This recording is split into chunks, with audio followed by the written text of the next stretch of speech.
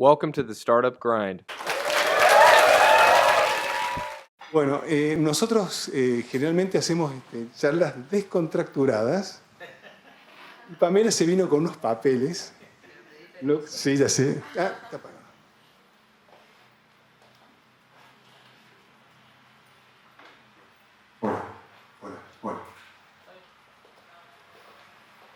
Bueno. Lo puedo explicar. Sí, dale. La mente de esas personas que son tan creativas y qué sé yo, galopa mucho. Entonces por eso por ahí una guía me ordena. Muy bien, muy bien. Nosotros generalmente empezamos con una pregunta muy simple. Ajá. Sí. Contanos de tu infancia. Bueno, estaba un poco pensada así, pero no, porque la verdad es que cuando me llamaste hace un tiempo y él me llamó invitándome a que diera una charla y dijo una palabra, dijo como mujer emprendedora, porque en mayo se llama Mujeres Emprendedoras. No conté eso, que es que en este mes, todos los eventos que se suceden en todas las ciudades hay una mujer. Lo cual está muy bueno. Y bueno, pensé inmediatamente en Pamela. Que yo no es una palabra que yo haya pensado de mí, emprendedora. Siempre pensé creativa, pero no la palabra exactamente emprendedora. Entonces, me hizo pensar. Te voy a decir una cosa. Cuando nosotros éramos chicos, vos también eras chica, no existía la palabra emprendedor. Claro, no existía. No, nosotros éramos locos, avesados, teníamos ideas, pero no existía esto del ecosistema emprendedor. Y lo extraño es que la palabra parece tener un origen francés. Ah, sí. Entrepreneur. Sí. ¿No? Que no sé si son los más emprendedores, pero bueno, en definitiva, cuando pensé en dijo, bueno, ¿cómo la estructuro? Entonces un poco le pregunté a Horacio, ¿qué te interesa? La historia, las cosas que hicimos, los proyectos. Y él me dijo, todo. Entonces dije, bueno, voy a tratar de empezar con algún orden. Y pensé que primero tenía que decir que yo me veo o creo que soy mujer, teacher, empresaria. En ese orden. Un poco en ese orden. Y si fuera al revés, sería teacher, empresaria, mujer. O sea que esa parte, aunque no parezca, va a influir, pero no mal. Claro. Yo creo que ser mujer simplemente me ha traído también muchos beneficios. Y otras cosas no. Claro. Pero bueno, con respecto a mi historia, me llamaron un poco para preguntar dónde aparece quizás eso de ser emprendedora, y pensando un poco para atrás, yo creo que sí, que hay momentos en la historia de uno en lo cual uno puede haber hecho cosas que ya hablaban de que un día ibas a hacer algo así como osado. Es así. Una casa de campo que se llama La Osadía. Ah, mira vos. Bueno. Y bueno, yo tuve una vida normal. Nací en una familia de clase media. Mi padre era aeronáutico de Buenos Aires. Mi madre era cordobesa. Nosotros somos 5 hermanos.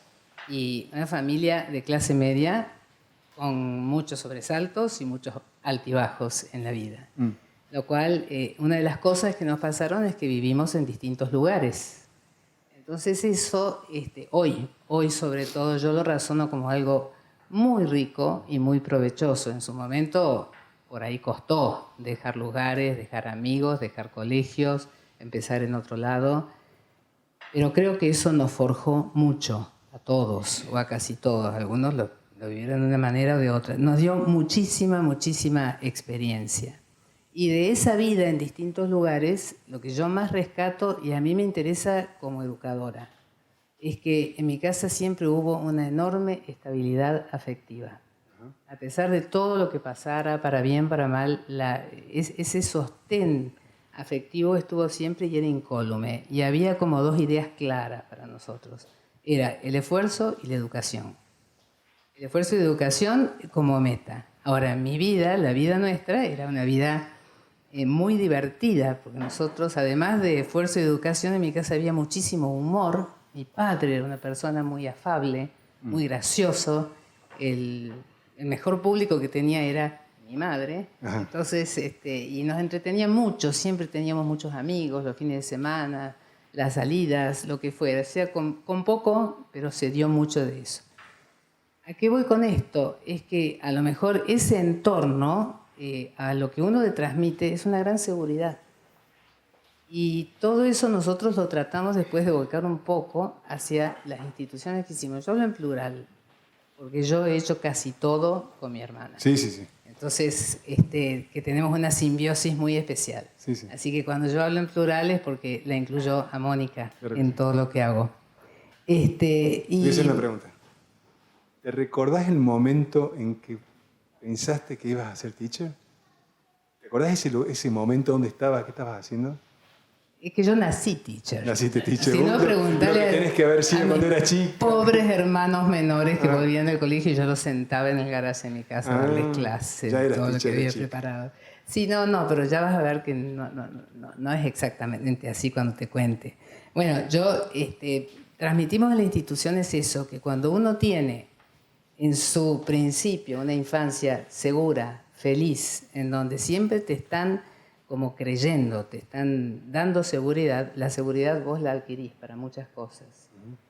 Pero no nos daban, o sea, era una casa muy contenedora, pero también te daban alas y te exigían. Sí. Te cuento una anécdota nomás, que Claro. a lo mejor te dice un poco cómo venía uno preparándose. Cuando nosotros de Buenos Aires tuvimos la suerte de irnos a vivir 6 años a Montevideo. Vivimos en Montevideo, fue una época muy linda, los primeros años sobre todo, y yo asistí a un colegio, Mónica y yo asistimos a un colegio que nos marcó, yo creo que para toda la vida. Ajá. Era un colegio lindísimo, un colegio de doble escolaridad, era bilingüe, teníamos monjas norteamericanas, era un colegio religioso. Bueno, lo disfrutamos enormemente. ¿Edades? Y Entre- yo más o menos entre mis 9 y mis 14, mis 8 y Ah, mis y 14, muy y importante. Mónica un poco más grande. En esa edad se marca mucho. Muchísimo, muchísimo. Y lo que pasó fue que también, bueno, hubo una de esas como cambios familiares muy grandes, todo un poco atado a la política de la Argentina. Claro. Y bueno, tuvimos que volvernos de repente, pero tan de repente que nos agarraron en octubre así de las pestañas y A nos cambiar de volvimos país. nos volvimos a la Argentina. Sí, sí. Y nos volvimos a las afueras de Buenos Aires, a la casa de mi abuela, y bueno, los chicos, los varones, no había problema, estaban en la primaria, etc. Pero mi hermana estaba en tercer año, yo estaba en primero. Entonces mi madre averigua lo que puede y le dice a Mónica, mira Mónica, vos para poder repetir tercer año tenés que rendirte unas 5 o 6 equivalencias. Porque no había mucha relación entre los países. Entonces, y a mí me dijo, Pamela, vos estás en primer año y hay 2. O te rendís primer año libre o repetís empezás. primer año. Y entonces yo dije, bueno, lo rindo. ¿Era una opción tuya? O sea, podés elegir. Sí, ella me dijo, lo que vos elijas va a estar bien. Ajá. Entonces, pero te digo cómo era la situación. Vivíamos en Bellavista, me anotaron en un colegio público en San Miguel. Entonces, las 2 primeras veces, mi madre, guardapoco blanco, no estaba acostumbrada, y me llevó 2 veces a rendir. Pero después ya fui sola. Yo tenía 14 años recién cumplidos. Bueno, me fui a rendir, rendí unas 6 o 7 materias en diciembre, aprobé todo. Después vuelvo a rendir en marzo y rendí bien. Pero el último día que tenía que rendir matemáticas y plástica. Entonces me manda, pues voy sola a rendir. Ya estaba como dado por sentado que había pasado el primer año. Voy, rindo matemáticas y me va mal. Ajá. Entonces sola me voy a buscar la mesa de plástica y cuando llego estaba cerrada la mesa y no, mi hijita llega tarde, usted... Y bueno, me volví a mi casa, te podía llevar una sola previa, o sea que me quedaba nomás, no. Y me volví al tren, San Miguel, Bellavista, voy a mi casa, llego y le digo a mi madre, mira lo que me pasó. Yo debo haber estado pésima, ni me acuerdo. Entonces ahí 13 años. mi mamá se calzó la cartera y dijo, fueron. no, volvimos a tomar el tren, volver a San Miguel, llegar y ya se cerraba el colegio, íbamos desbocadas las 2 y bueno, ella habló y explicó la situación y 2 señoras maestras grandes, 2 profesoras dijeron, no, por supuesto, o sea, abrieron mesa, me sentaron a pintar un jarrón con flores, que encima yo sabía para dónde tenía que hacer la sombra. Y vos sos buena para Y yo dibujo bien. Sí, sí. Y aprobé el primer año. Pero bueno, realmente Yo creo que... ¿Y fuiste sola al colegio a rendir? Pero en Trenes, tren, en tren, sí, sí. Qué bárbaro, sí. ¿no? ¿Cómo Sí. cambió eso, no? Yo en ese momento lo viví como una cosa normal. Ahora miro para atrás o cómo educamos o criamos nosotros a nuestros hijos y creo que era otro mundo. Pero ahí no termina el cuento. Entonces yo pasé a segundo y mi hermana tuvo que repetir tercero. Que es Mónica. Sí, sí, sí. Súper inteligente. Sí, sí, Para sí. ella que le No sé si hicieran le gustó repetir mucho. era una Sí, sí. cosa. Entonces, bueno, transcurrió el secundario. ¿Qué pasó? Empezó la universidad Mónica, se hizo 2 años en uno. Claro. Ahí está de vuelta la diferencia porque no se, en el colegio no pudo, pero en la universidad, en esa época, Sí, se puede. podías rendir libre y se hizo 2 años en uno. Claro. Bueno, pero lo que te quería decir, después vino la suerte, lo lindo que nos venimos a vivir a Córdoba, todo con mucho esfuerzo, nos vinimos a vivir a Cochinga. Ajá. Entonces todo lo que era para mis padres era la educación, los chicos del liceo, nosotros de alguna forma, terminar el colegio yo, ir a la universidad, bueno, nos ayudaba muchísimo, bueno, nos trasladaban, ¿No influyó nada en la elección de tu carrera? No, sí, Sí, influyó. sí, porque en realidad yo adoraba el arte. Yo me la pasaba pintando al óleo, yo escribía, cantaba, me encantaba actuar. Y ojo, que siempre con Mónica, porque generalmente yo era de la acción. Mónica escribía las obras, yo actuaba. mira. Mónica escribía poesía, yo tenía que ir a aprender el recitado. Bueno, sí. pero así era la vida nuestra. Y bueno, yo quería entrar a la escuela de artes. Y entonces ahí estuvo la palabra, uno que ahora no se anima a intervenir ni a torcer nada en un chico porque tenés miedo que se traume. Y mi madre me habló y me dijo, te vas a ir a la escuela de artes. Eran años difíciles, en la universidad había mucha conmoción. Y sobre todo me dice, también es una carrera cara, se necesitan muchos materiales. Y vos necesitas algo. Y me dice, ¿qué vas a hacer con todo el inglés que sabés? Y bueno, yo muy dócil, ella me dijo, ¿por qué no estudias inglés igual que Mónica? Y bueno, Mónica ya estaba en... Claro, claro, ya Mónica venía. fue la primera, Sí, la sí, primera que eligió. Y bueno, yo entré. ¿Y Mónica también. tuvo alguna otra opción o no? Sí, ella hubiera hecho lo que hubiera querido, no, ella lo eligió. Ella eligió. Ella eligió eligió. inglés. Sí, Sí. porque nosotros adorábamos el inglés. Sí, me contaste que en tu casa hablaban... No, nosotras dos. Todos estudiaron inglés, mis padres también. Pero no, nosotras dos hablábamos inglés. Cuando terminamos el colegio hablábamos inglés y francés de corrido. Pero bueno, yo lo que quería decir esto es que yo creo que en la educación de las personas el componente emocional es importantísimo. Sí. Entonces, eso es lo que forja personas que después en la vida pueden ir adelante, pueden vencer dificultades. Y además hay algo que siempre que lo creemos y lo ponemos en las instituciones, ¿no? El que ha conocido la felicidad, la alegría que la ha tenido en su infancia, en la adolescencia, la busca siempre y cree siempre en ella. Claro. Y lamentablemente no es lo que se le da a todo el mundo.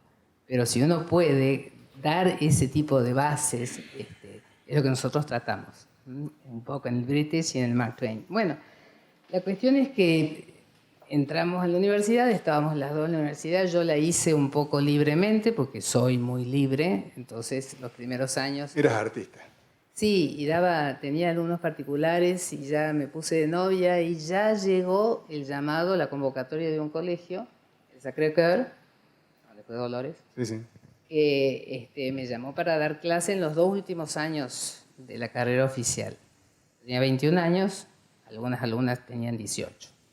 Pero bueno, de allí, estando yo dando esas clases a la mañana, surgió la idea, o la sugerí yo, o alguien lo pidió, y hablando, qué apertura la de las monjas, porque las daba mucho francés, pero la madre Florencia de la esas monjas Serna... eran bien Bien, tenían una cabeza avanzada, impresionante. sí, eran muy preparadas, Sí, sí, además. Y la madre Florencia de la Serna, con quien todavía me escribo de mira. vez en cuando, cuando se le propuso esto, dijo, bueno, ¿cómo no? A la siesta lo puedes hacer. Entonces yo empecé con un grupo grande en el Sagrado Corazón. Y nos encantó a todos, a los alumnos, a mí, etc. Pero después vino, o sea, ahí surge el British en un colegio. Yo tuve 1 o 2 ¿Pero era colegio profesores. o era British ya? No, era colegio. Era colegio, sí. Era colegio. La idea Nosotros se pusimos fue... como si fuera un un pequeño instituto dentro del De- colegio. Los correcto. chicos se quedaban, pero fue creciendo y ¿qué pasó? Vino toda esa época del Cerró Cristo el colegio. Obrero, Sí. todo ese colegio Cerro. se tuvo que cerrar. Entonces cuando se iba cerrando, todos pedían que no se cierre el British, yo tampoco quería. Encima salí y bueno, tuve la suerte de que se incorporaron algunos alumnos hombres, porque el colegio era de niñas, pero apenas el British salió del colegio, entonces muchos hermanos de las chicas se agregaron al British y bueno, y no teníamos tampoco mucho lugar en donde estar. Yo te voy a explicar, ahí estábamos haciendo un proceso creador importantísimo de lo que es el método del British. Intuitivamente, creyendo en lo que nosotros creíamos en la magia de aprender con gana, con felicidad, con entretenimiento, haciendo todo allí mismo. Y eso es lo que queríamos transmitir, con muchísimo arte, con mucha música, con mucha cosa visual, con mucha actuación. Eso fue el espíritu. Y ahí pasó una de esas cosas buenas que pasan. Pero esto eso que estás diciendo vos es emprendedurismo. A pesar de que no sé todavía si estás aceptando la palabra, pero te voy a decir una cosa, el emprendedor tiene una idea que lo que quiere es cambiar el mundo. Sí. Y eso es lo que vos querías, estoy seguro que vos querías mejorar la educación, querías que todos sepan inglés, Sí. querías cambiarle la vida a la gente, querían que sean felices, estoy seguro que... Había una cosa, el inglés se enseñaba mal, el inglés se enseñaba aburrido, el inglés se enseñaba que la gente no salía hablando. Eso fue lo que nosotros quisimos cambiar, o sea, que la gente no tuviera que estudiar 2 o 3 años de inglés y que no hablaba. Sí, además, yo te voy a decir una cosa que yo percibo, que lo venía pensando cuando venía para acá, no hay muchas instituciones educativas que uno se siente orgulloso de pertenecer. Ay, Sí, pero yo te voy a decir una cosa. No como yo me acuerdo de la Academia de Argüello, para todo aquel que fue a la Academia de Argüello era una cosa... Sí. Bien. Para todo aquel que fue al Montserrat, Montserrat. es algo que casi que me tendría que estar parando. ¿Sí? Y el British tiene lo mismo. Y el British tiene los Y no sé si hay sí. muchos más. Está el Barrio de Grano, sí, hay mucha gente que le gusta el carbón, que eso, pero estos tres tienen... Lo que pasa es que el tienen esto. British fue raro, porque el British lo que quiso hacer fue ofrecer el complemento de la doble escolaridad a los colegios comunes. Claro. Eso prendió mucho en Córdoba, Sí, sí. porque eso se adaptó muchísimo a lo que la sociedad necesitaba. Y de las cosas buenas que nos pasaron en ese momento es que andábamos de un lado a otro, y como había mucha gente, que siempre ha habido mucha gente que nos ha querido ayudar, la suegra de una amiga nuestra me mandó a decir, Pamela, en el cerro hay una casa vieja, antigua, cerrada. No, pero pará, empezamos en las escolapias.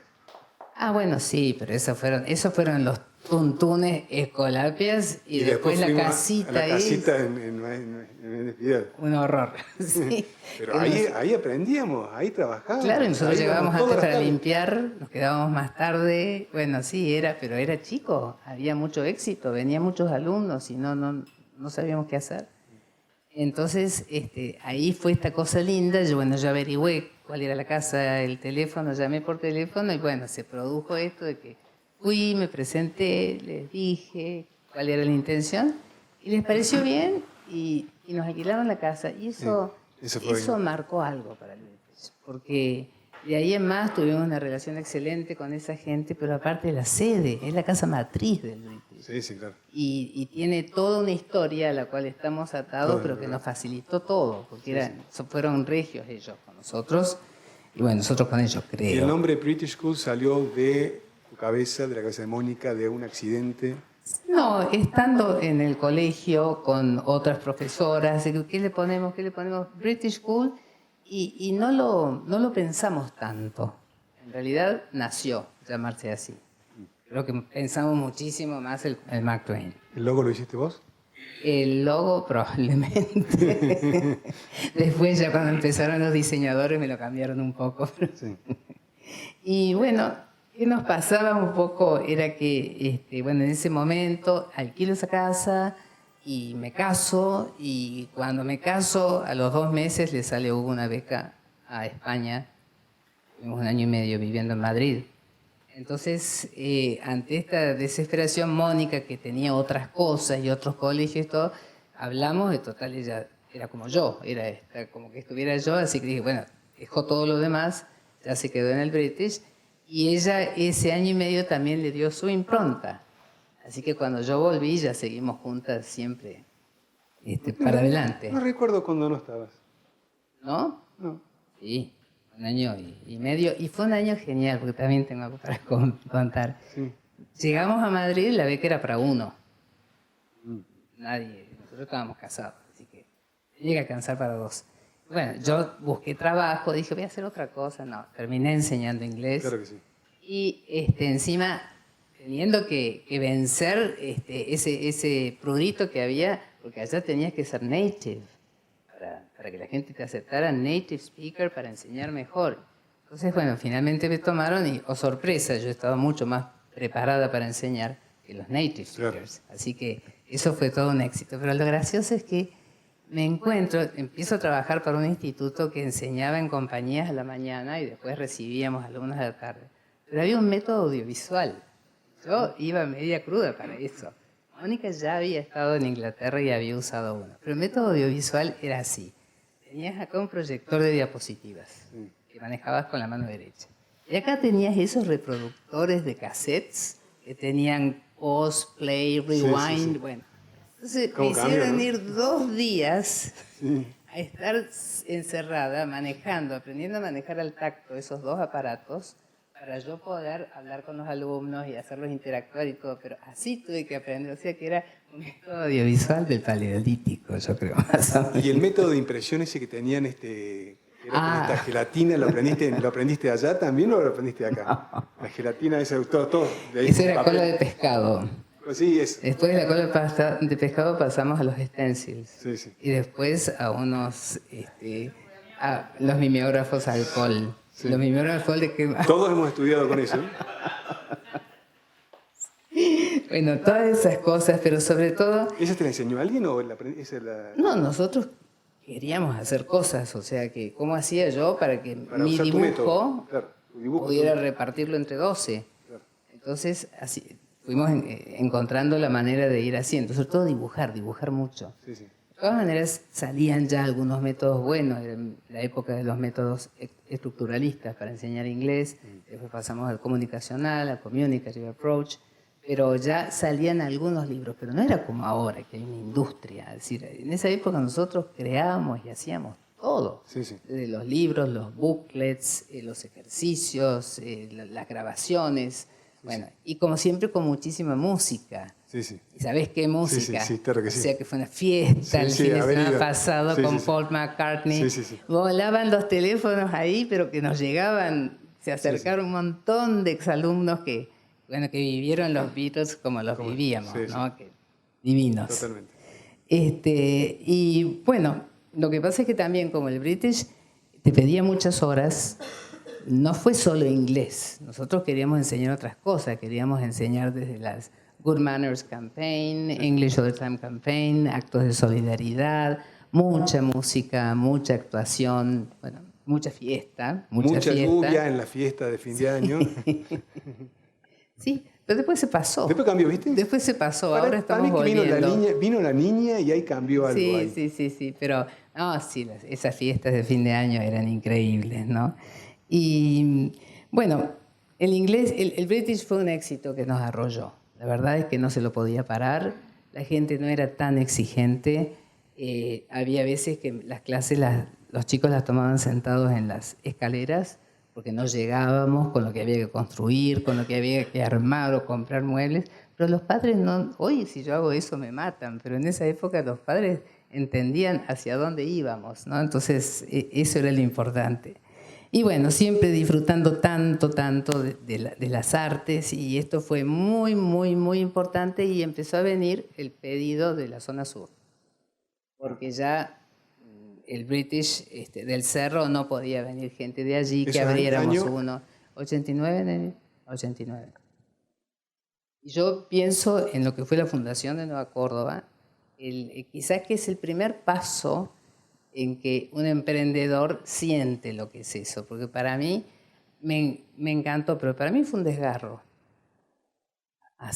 El primero fue separarme de ella, Claro, claro. Pero nosotros ya nos pisábamos, o sea, éramos varias directoras, incorporábamos muchas exalumnas que decidían seguir inglés y ya estábamos listas para crecer, estábamos listas en personal para crecer. Y bueno, tan es así que ese primer año yo viajé a Nueva Córdoba 3 veces por semana a dar clases, tuve un curso y todo, pero nos costó mucho. De todas maneras, siempre hemos seguido muy, muy cerca, pero hubo que empezar a aprender a soltar, a empezar a dar lugar, a empezar a acostumbrarte que ya no conocías todas las caras y todos los nombres de los alumnos. O sea, crecer tiene lo suyo de muy bueno, pero tiene también algo que el emprendedor tiene que ir dejando, ¿no? Yo, una gran crítica, porque todo eso fue crecer en más gente, en más alquileres, en más gente para administración. Y una crítica que yo hago a nosotros fue que le dábamos muy poca importancia a lo material, le dábamos muy poca importancia a lo administrativo, que hoy no pasaría. Entonces, en ese momento llegamos como a una especie de cuello de botella, a darnos cuenta, estábamos mal, esto que seguíamos creciendo, invitando gente y un montón de cosas, bueno, ahí en ese momento, mis hermanos, como somos todos muy unidos, el que es licenciado en Economía, vive en Buenos Aires, vino y él nos reorganizó mucho el British y lo hizo, digamos, impuso una forma de que fuera más tecnológico el control de todo, etc. Durante un año viajó 1 o 2 veces por mes para implantar eso. E incluso hicieron otra cosa, que contratar un estudio de gente de Buenos Aires que vino y digamos que nos lavó la cabeza a Mónica y a mí. Y nos hizo asumir lo que era la responsabilidad de tener ya muchos empleados, muchas obligaciones fiscales y todo eso. La verdad es que eso... Ya eras empresaria. Sí. Yo lo recuerdo como algo importante y que cambió un poco la vida nuestra, ¿no? Claro, porque compartías con ser teacher, o sea, sos teacher y empresario, con lo cual te quita tiempo a lo que te gustaba. Claro, exacto. Y empecé a dejar el aula. Claro, dejás Empecé a dejar el aula. Sí. Entonces, Pero los emprendedores cuando tienen una idea y la idea funciona, la tienen que hacer crecer. Y no solamente la haces crecer en donde te sentís cómodo, sino tiene que crecer en toda una región, sí, en todo un sector. las ideas te molestan. Sí. Las ideas están todo el tiempo ahí. Sí. Bueno, y ¿qué pasaba también? Los colegios empezaban a moverse, la educación empezaba a ser un poco más complicada, pasaron todas las horas de educación física a la tarde, el British se adaptaba y todo, pero nosotros queríamos poder tener la educación completa y en realidad siempre había sido un sueño tener un colegio. Ahí es donde podés pensar que sí, que pensaba ser teacher, queríamos tener un colegio. Bueno, había pasado el tiempo, habían crecido los hijos, mi hija menor ya terminaba la primaria y bueno, ahí está el elemento mujer. Esa parte hubo que esperar un tiempo para poder decir, bueno, ahora vayamos a este gran emprendimiento de un colegio. Y fundamos el Mark Twain secundario, porque siempre íbamos a lo más difícil, lo que nos parecía que era lo que más marcaba a la gente, lo más desafiante. Bueno, fue una cosa... ¿cómo te voy a decir? Lo armamos todo y ahí sí, debo decir algo que no sé si es bueno o malo de un emprendedor, pero como nos habían enseñado que había que ser responsables, yo armé la estructura y se la di a estudiar un contador. Y entonces el contador me dijo, esto es una locura, esto nunca va a andar. Se lo dicen a todos los emprendedores. Bueno, no sabía. Yo, por la duda, me callé y no se lo dije a nadie. Sí. Ni a mi hermana, ni a nadie. Porque ya estaba muy avanzado todo. Sí. Así que largamos el colegio, la pasamos. Es más, queríamos largar el primer año, hubo que abrir primero y segundo, porque la gente pidió. Claro. Pero fue, más allá de las dificultades, fue un sueño. Sí. El único tema es que, bueno, lo abrimos y vivimos lo que había que vivir y bueno, pasó algo que me marcó a mí y a toda la gente de mi alrededor. Se murió mi marido muy joven. Sí. Y muy de repente. Entonces, eso también te marca, ¿no? En el sentido de cómo sos con el tema de tus proyectos, porque yo creo que en el alma yo entré como en un invierno de mi alma por unos años, Sí. pero el proyecto ya se hablaba del primario, de que era necesario, Contrariamente a lo de siempre, la que empujaba con el primario era Mónica. Y bueno, al año y medio más o menos de muerto Hugo, fundamos el primario que fue fantástico. ¿Año? 2001. O sea, pero Sí. el secundario lo Qué buen año. inscribimos chicos en el 94, en agosto del 94, y a fines de año fue el tequila. Y después el primario lo abrimos en marzo del 2001, y bueno, ese año, al final, cuando estábamos brindando, se terminaba el año, volaba de la rúa en el helicóptero. O sea que, bueno, fueron años así, y siempre había que luchar y había que estar y poner. Sin embargo, siempre había credibilidad. Siempre nos creían. Ese era el tema, al punto de hablar de bancos. Los bancos que nos auxiliaron en los casos que necesitábamos. Alzogaray decía pasar el invierno, Sí, bueno, sí. nosotros siempre teníamos que pasar el verano. Sí, claro. Así que en eso sí también teníamos ese tema que nos creían. Y nos creían porque siempre hemos sido Paganini. Es decir, siempre hemos pagado todo lo que teníamos que pagar después. Sí, pero todos te creían por el nivel de educación que teníamos cuando salíamos de British. Yo creo que había algo, sí. Y si había algo en el British, seguramente lo iba a ver en el Mark Twain, así que era algo que ya venía. Sí, lo que pasa es que después, yo te voy a decir, hay algunas cosas importantes que tuvimos con Mónica. La primera fue saber elegir a la gente. O nosotros elegíamos bien la gente, o la gente que se acercaba para entrar era gente que de alguna manera sabía por qué venía. Y elegir bien a la gente es lo que creó los climas de trabajo en todas las instituciones. Es parecido en todas las instituciones. O sea, trabajar es un placer, es lindo. Sí, sí. Y como nosotros, a pesar de los contratiempos y sufriendo muchas dificultades, teníamos toda esta fuerza de la gente y seguíamos teniendo un talón de Aquiles muy grande, que eran las instalaciones. Sí. El colegio estaba en lugares chicos, teníamos que luchar con eso. Ahí sí ya nos criticaban los padres porque el colegio era caro, había que tener mejores instalaciones, pero era imposible.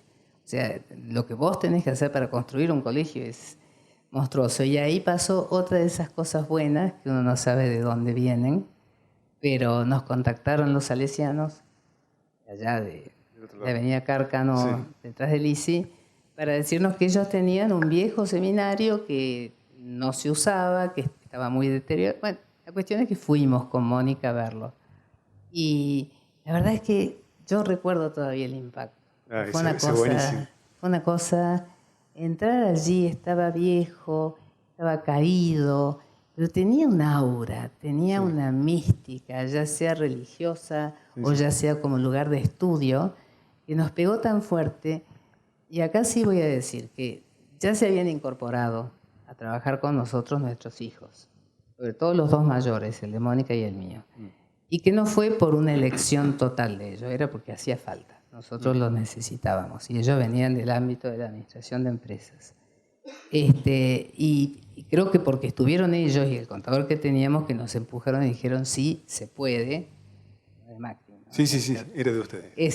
Sí se puede, se va a poder hacer, etcétera, y nos largamos a hacer toda la remodelación que había que hacer, todo lo que había que construir. Pero bueno, el colegio es un lugar divino, es un lugar que sigue teniendo esa cosa tan linda, ¿no? Contame del viaje, y fueron en auto, ¿no es cierto?, a ver el colegio. Nosotros fuimos en auto. ¿Iban vos y Mónica solas? ¿O ibas con el contador? ¿O ibas con tus hijos? ¿O ibas con alguien? No. Iba Octavio, sí. Fuimos con mis hijos. ¿Y después qué charlaban cuando se volvían? Porque las cosas que tienen que haber dicho ahí, si les impactó tanto... Con Mónica no fue necesario hablar mucho. Con mirarse nomás. Sí, sentir que era esto, etcétera. Y los chicos te daban mucha fuerza. Sí, tenés que hacerlo, mamá, tenés que hacerlo. De alguna manera uno de ellos ya había estado sacando fotos. Y bueno, se llegó a un acuerdo con los salesianos. Es un acuerdo largo, o sea, nosotros tenemos un contrato de 30 años, no es nuestro. Sí. un alquiler por 30 años y bueno, estamos muy bien, hemos invertido. Pero mientras crecía así el Mark Twain, estaba el otro, el British, que también tenía su crecimiento, porque de haber estado un poco más quieto y haber sufrido los crecimientos que teníamos desde el grupo, también de alguna manera el British empieza a despertar de nuevo. Por ejemplo, creció muchísimo lo de adultos. Era natural porque, según un estudio de un lingüista que se le encargó el British Council en el año 2006, hay una publicación que se llama English Next, y que hablaba de lo que iba a ser el futuro de la enseñanza del inglés. Decía que se iba a ir naturalmente, que el inglés se aprendiera de niños, desde chicos, y que ya para los adultos iban a saber inglés.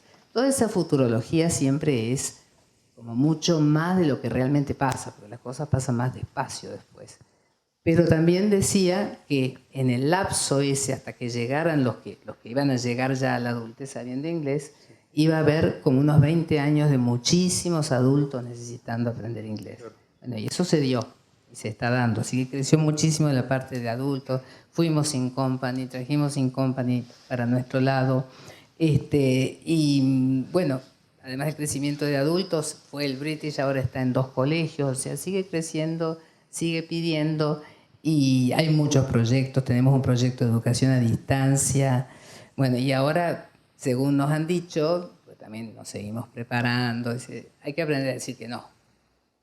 Hay que aprender a decir que no a muchas cosas. Pero yo creo que hay que seguir soñando y peleando igual. Sí, sos una emprendedora fantástica, sí. Y también soñadora, porque la orquesta del año pasado en el colegio es una cosa... Fantástica. Es fantástica. Sí. Es Yo la verdad fantástica. que recuerdo una cosa que recuerdo del British, que teníamos nuestros hijos en el British, que en un evento de algún año, un hijo de un exalumno egresaba del British, lo cual después tiene que haber oído miles. Claro. Acá está Nora, mi cuñada, que no es me la acuerdo que en qué está. año fue, pero yo me acuerdo que fue una cosa importante. El Le dieron un primer premio. nieto Sí, del British, sí. ¿no es cierto? Que era Es para algo- nosotras. Es algo Era fantástico. hijo de un alumno, Sí, por supuesto. sí, qué momento, Sí. ¿no? Y ahora está lleno de Sí, hijos claro, de sí. exalumnos, Sí. sí. Bueno, yo, de todas maneras, es notable cuando vos vas haciendo estas cosas y vos crees, bueno, ya está, hago ahora otra. Pero ya está, no hay caso, tiene que seguir evolucionando, se tiene que ir adaptando, sobre todo en el mundo en que vivimos, en que todo cambia. O sea que Claro. el British sigue exigiendo actualización, y el colegio muchísimo, porque nosotros que somos de extracción fuertemente humanista, y es eso lo que hemos hecho, pero nadie puede ignorar en este momento el vuelco hacia la ciencia, la tecnología, o sea, todo eso, el hecho de saber, de tener una conciencia económica, por ejemplo, Pero es una es pregunta muy difícil. importante. Una pregunta difícil, que está fuera del esquema casi con seguridad. A ver. Háblame de los traductores tecnológicos.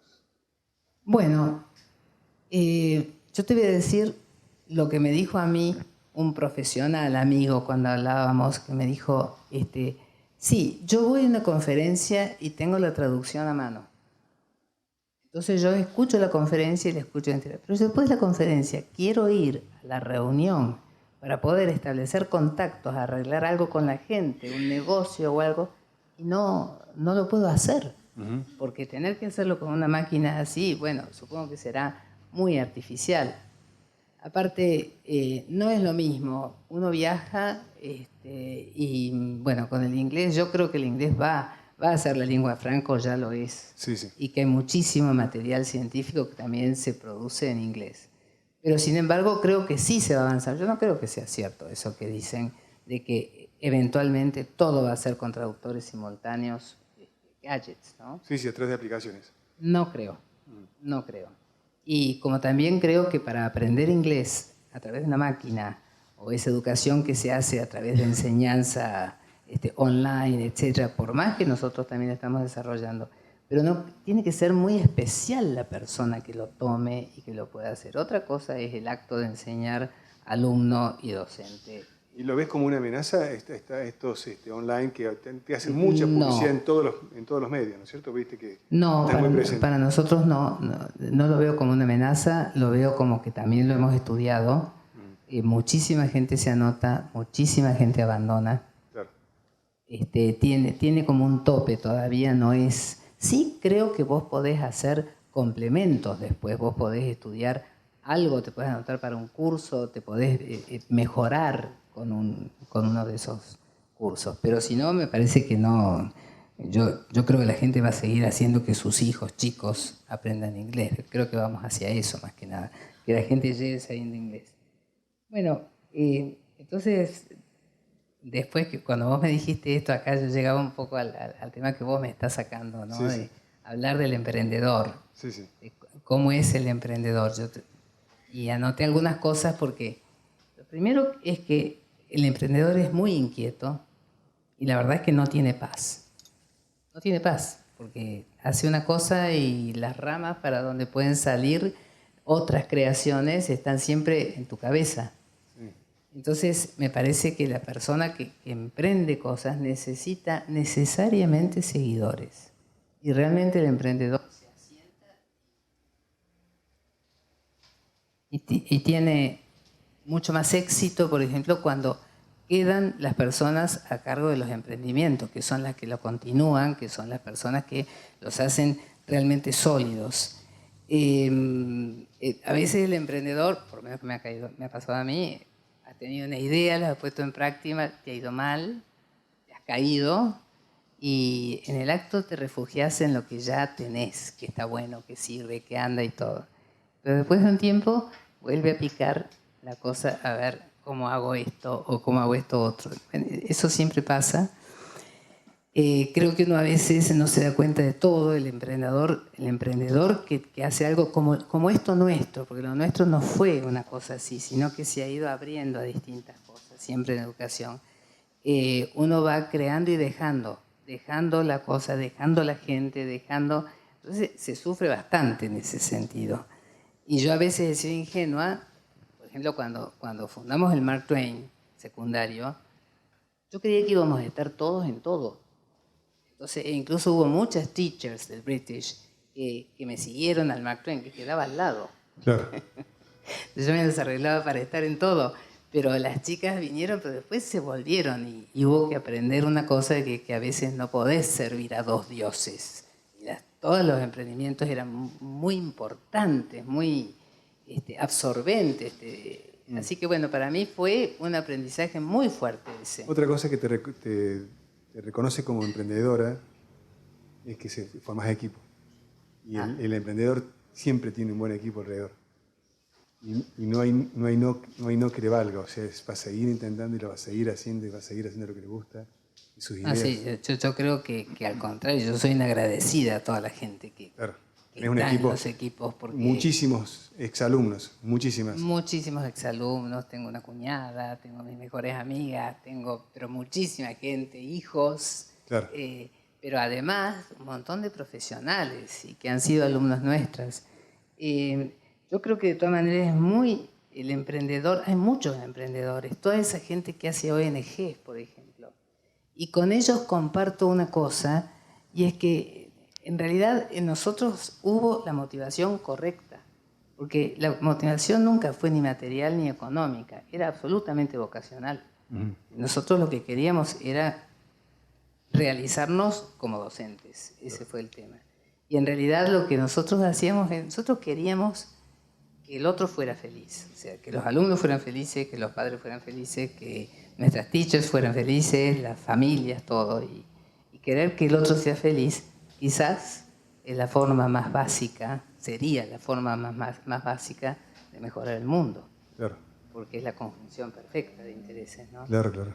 Y cuando vos escuchás en nuestra Argentina hablar de que el problema que tenemos es la educación y que todo tendría que empezar por cambiar la educación, ¿qué sentís cuando dicen eso? Y yo no creo que esté mal la educación.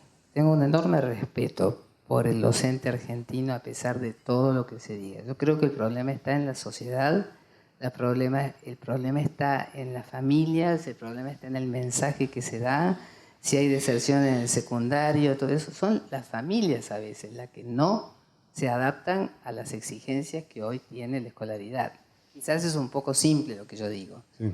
pero me parece que no es una cuestión de decir que es malo el nivel ni de los docentes ni de los programas de estudio, siempre muy ambiciosos. Quizás algunos habría que simplificarlos un poco y hay algunas cosas para hacer que ojalá las hagan, pero yo creo que por sobre todas las cosas la gente tiene que seguir queriendo el saber y que sus hijos aprendan y obligarlos y dejar de estarle diciendo a todo el mundo la propaganda que es hoy tenés que vivir hoy, tenés que ser feliz, ser feliz, ser feliz. No, hay que cumplir, hay que estudiar, si no es imposible.